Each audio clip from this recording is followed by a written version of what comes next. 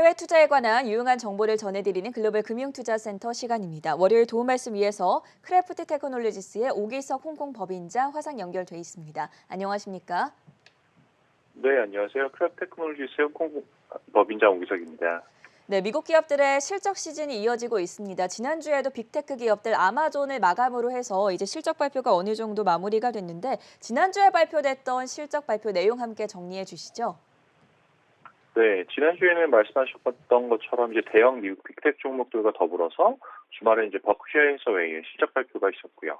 특히 이제 기술주들, 아마존, 애플, 구글, 테슬라 등 여러 종목들이 실적 발표가 있었는데 모든 종목에서 상당히 높은 수준의 어닝 서프라이즈가 나왔습니다. 이제 다만 이제 해당 주식들의 주가 반응은 좀 미온적이었는데요. 특히 이제 강력한 서프라이즈를 보여줬던 아마존 그리고 애플 같은 경우도 주가 반응이 시원치 않아서 실적 발표 이후에 최근 들어 확인되는 건 투자자들의 높아진 눈높이가 느껴지는 그런 한 주였다라는 생각을 하고 있습니다. 말씀해 주신 대로 사상 최대 실적을 발표했음에도 불구하고 주가는 약간 미온적인 상황을 나타냈는데요. 이에 따라서 아쉬움을 느끼는 투자자분들이 많았습니다. 이유를 어디서 찾아볼 수 있겠습니까? 네, 몇 가지 이유를 생각해 볼 수가 있는데 첫 번째는 우선 4월 미국 주식 상승률 자체가 나쁘지 않았다는 점입니다. 기술주 위주인 나스닥 100 지수 같은 경우는 약 6% 가까운 상승폭, 그리고 대형주 위주인 S&P 500 같은 경우는 약 5% 이상의 상승폭을 기록을 했고요.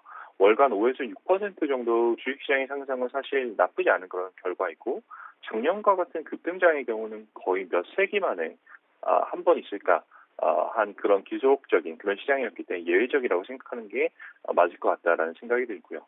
또 하나의 이유는 이제 투자자분들이 이제 분기 어닝 실적보다 다음 분기 어닝 실적에 조금 더 눈높이를 이제 맞추는 것 같습니다. 이제 근본 실적 상승에 그냥 무조건 환호하는 게 아니라 장기적으로 회사가 꾸준한 실적으로 어떻게 낼 수 있는가에 대해서 주목하는 그런 모습이 보이고요.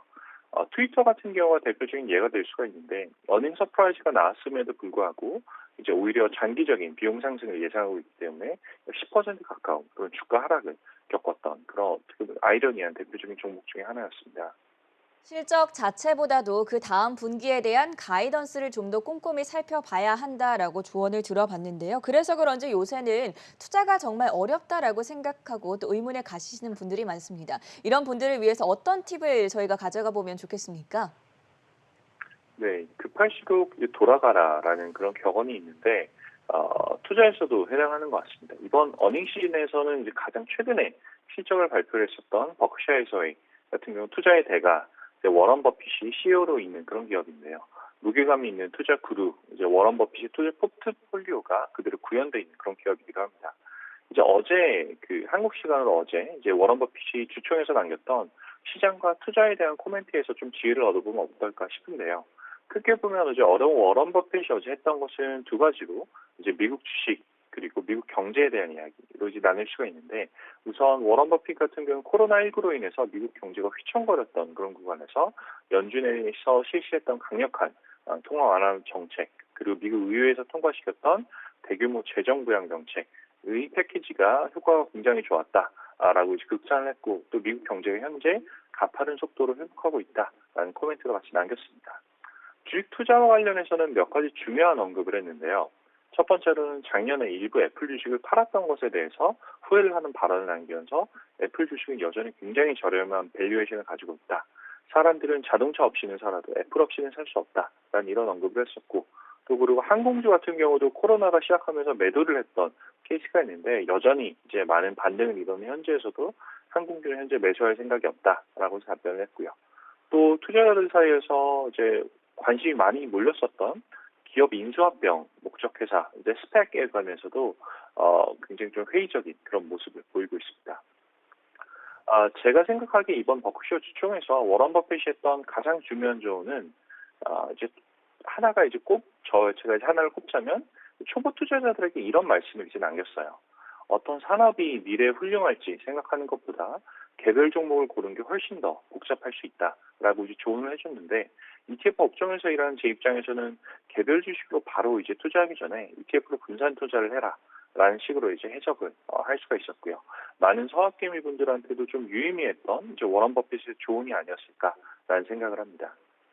마지막으로 이번 버크셔 해서웨이의 포트폴리오 변화를 살펴보면 현금을 지속적으로 더 많이 보유해 나가고 있는 것을 알 수가 있었습니다. 시장에 대해서 약간 보수적인 접근을 취하고 있다. 이렇게 평가를 해볼 수 있겠습니까? 이번 3월 말 기준에 이제 버크셔 해서웨이 같은 경우는 주식 포트폴리오가 약 2,820억 달러, 그러니까 원화로 300조 원이 좀 넘는 수준이고, 또 애플 주식 같은 경우는 여기서 한 120조 원 가까이 투자를 하고 있습니다. 현금과 현금성 자산의 경우는 약 60조 가까이 지금 현재 보유를 하고 있어서 지난해 말보다 한 25% 가까이 늘어나는 그런 수준인데요. 다만 이제 버크셔에서의 전체 총자산으로 보면 현금 비중이 현재 8% 내외 정도여서 시장에 대해서 보수적인 시각을 가지고 있다라고 이제 평가하기 좀 힘들 것 같고, 증가한 현금들은 다시 버크셔의 자사주 매입에 사용되고 있다라는 점도 참고하면 좋으실 것 같습니다. 네, 오늘은 기업들의 실적 발표 내용과 그리고 주말 사이에 있었던 버크셔 해서웨이 주주총회에 대한 자세한 내용 짚어봤고요. 지금까지 크래프트 테크놀로지의 오기석 홍콩 법인장과 함께했습니다. 고맙습니다. 네, 감사합니다.